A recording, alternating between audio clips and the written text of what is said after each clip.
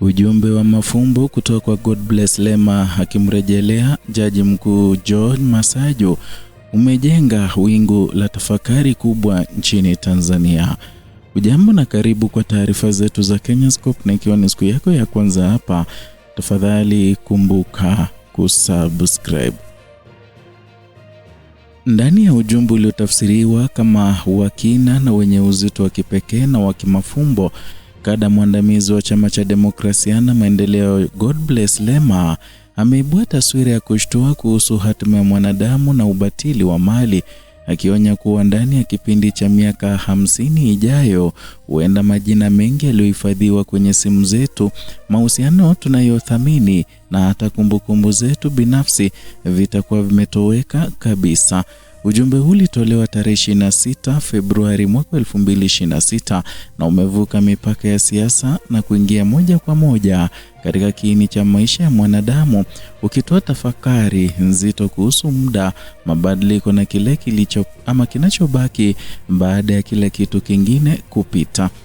Maneno haya bila shaka alikuwa anaelekezwa kwake Jaji Masaju, kwa maana alikuwa ameupload video yake Jaji Masaju akitambua na kusema kwamba katika haya maisha si vyema, ama katika maisha ya ubinadamu ni vyema kufuata maagizo, ama akisema kwamba hatuwezi kuishi kwa maelekezo. Na kwenye ujumbe huo alisema kuwa haya maisha tunapita kwa kasi sana. Miaka 50 inayokuja, takriban watu wote tulionao kwenye contact zako hatutakuwa nao kabisa, na wengine wengi hawatakuwepo. Na vitu kama magari na mali nyingine vilivyotufanya tuwe wakatili vingi havitakuwepo. Hakuna atakayekumbuka sana zaidi, pengine wajukuu wetu, na wao hatuna uhakika. Hata hivyo, haya maisha ukiyatafakari sana, utagundua utajiri mkubwa unabaki kwa upendo na uhuruma tu. Hakuna kitu kina thamani kwa binadamu kama unyenyekevu na upendo. Thamani yake ni kubwa kuliko kumiliki New York nzima na London.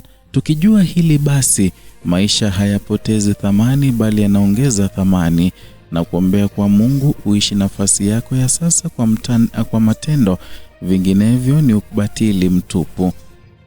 Ni hayo aliyoyasema baada ya kuupload video yake George Masaju akiwa anazungumza kuhusiana na kufuata maelekezo. Kutokana na video hii, bila shaka alikuwa anamuelezea ama alikuwa anamrejelea Jaji Mkuu kuwa na upendo, ingawaje maneno yake aliyokuwa anayazungumza ni matamu, kwamba mumiliki wa mali yote hapa nchini ni bure bila thamani ya kuwa una unyenyekevu na upendo. Katika ujumbe huo, Lema aliweka wazi mtazamo wake kuhusu kasi ya muda na namna unavyobadilisha kila kitu bila ruhusa wala tahadhari. Aliwasilisha hoja kwamba maisha ya mwanadamu ni mafupi kuliko inavyodhaniwa, na kwamba watu wanaochukulia kuwa sehemu ya kudumu ya maisha yetu leo wanaweza kutoweka kabisa katika kipindi kisichozidi nusu karne. Taswira hiyo imegusa moja kwa moja uhalisia wa maisha ya kisasa, ambapo teknolojia imekuwa ikihifadhi kumbukumbu nyingi ya mahusiano kupitia simu na vifaa vingine vya kidijitali, lakini bila dhamana ya kudumu kwa kumbukumbu hizo. Maneno haya yamezua wingu la tafakari kwamba huenda Lema alikuwa anamaanisha nini kupitia maneno hayo, na kisha kuupload video yake Jaji George Masaju.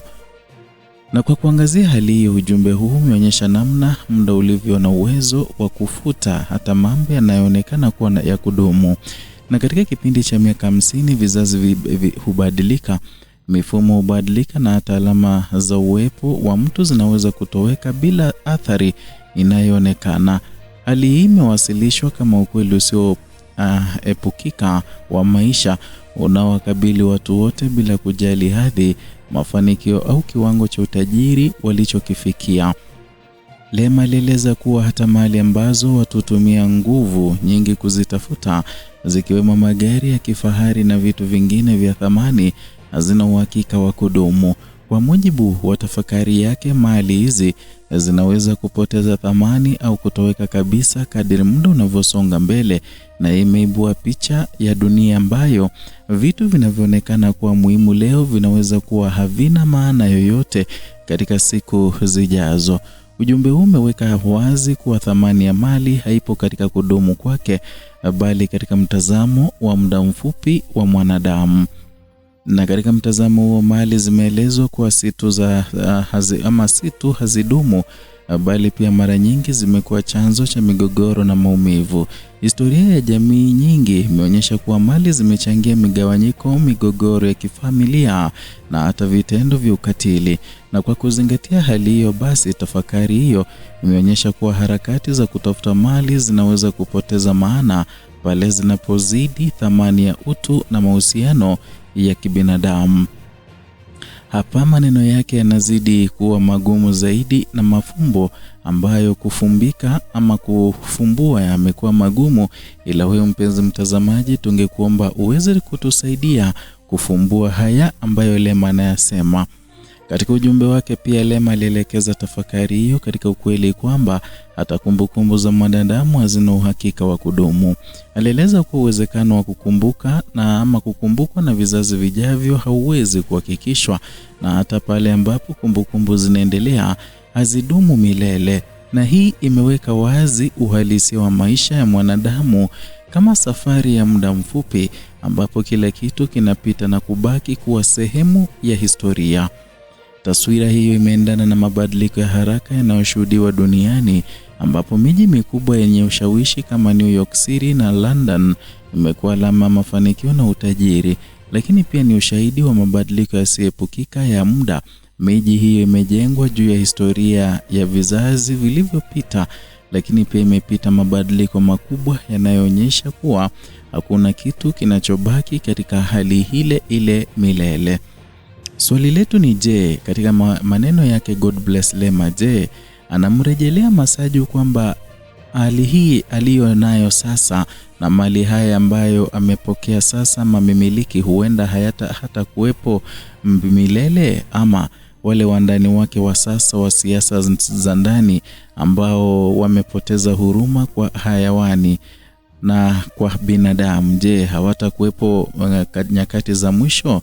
Na swali jingine tunajiuliza ni kuwa je, Godbless Lema anarejelea kwamba kinachostahili afanye ni kuwa mvumilivu huyu Jaji Masaju, wala kizazi chake ama wajukuu wake hawatamkumbuka kwa sababu ya umiliki huu, bali kwa upendo wake? Ni maswali tunazidi kujiuliza, na wewe mpenzi mtazamaji tunakuuliza pia uweze kujiuliza. Kwa mjibu wa tafakari hiyo, mtu anapogundua ukweli huu, maisha hayapotezi maana, bali anapata uzito mpya. Maisha yanakuwa na thamani kubwa zaidi pale yanapoongozwa na misingi ya utu na maadili, badala ya tamaa ya mali. Hii imeonyesha kuwa thamani ya maisha haipimi kwa kile mtu anachomiliki, bali kwa athari yake kwa wengine. Ujumbe huu umeibua tafakari pana miongoni mwa wafuasi na wasomaji ambao wameona ndani yake kioo kinachoonyesha hali halisi ya maisha ya kisasa. Na katika dunia ambayo mafanikio mara nyingi hupimwa kwa mali na hadhi, ujumbe huu umeibua mjadala kuhusu umuhimu wa kurejea katika misingi ya utu na maadili. Umeonyesha kuwa hakuna mwisho wa yote. Kinachobaki si mali, bali kumbukumbu ya matendo na athari za maisha ya mtu kwa wengine. Katika historia ya jamii nyingi, watu wanapokumbukwa ama waliokumbukwa kwa muda mrefu si wale waliomiliki mali nyingi zaidi, bali wale waliogusa maisha wengine kwa matendo yao. Imeonyesha kuwa kumbukumbu ya mtu haiamuliwi na mali alizomiliki, bali na mchango wake katika maisha ya wengine. Na ndani ya muktadha huo, ujumbe wa Lema umeweka wazi kuwa thamani ya maisha ipo katika athari yake kwa jamii. Na kwa kuzingatia hali hiyo, ujumbe huo umehimiza kuishi maisha yenye maana kwa kuzingatia muda uliopo sasa. Umeonyesha kuwa muda ni rasilimali ambayo haiwezi kurejeshwa, na kwamba kila siku inayopita ni sehemu ya maisha ambayo haiwezi kurudi tena. Na hii imeweka wazi umuhimu wa kutumia muda kwa matendo yenye thamani badala ya kufuatilia mali ambazo hazina uhakika wa kudumu. Ni hayo tuliokuandalia kutoka hapa, na tunakuachia swali kubwa. Je, kulingana na wewe, maneno haya mafumbo aliyoyatoa Godbless Lema huku akiweka picha ama video yake George Masaju ina maana gani? Ni maneno mazito na vile vile yanayoangazia maisha ya binadamu, ila mbona akaweka video yake Masaju? Kuna ukweli fulani. Ikiwa na maoni yako, tafadhali tupe ujumbe hapo chini ili tuweze kuangalia. Nitakuwa napitia jumbe zenu zote kuangalia, je, wewe unafikiria nini kuhusiana na ujumbe huu mzito wa mafumbo kutoka kwake Godbless Lema?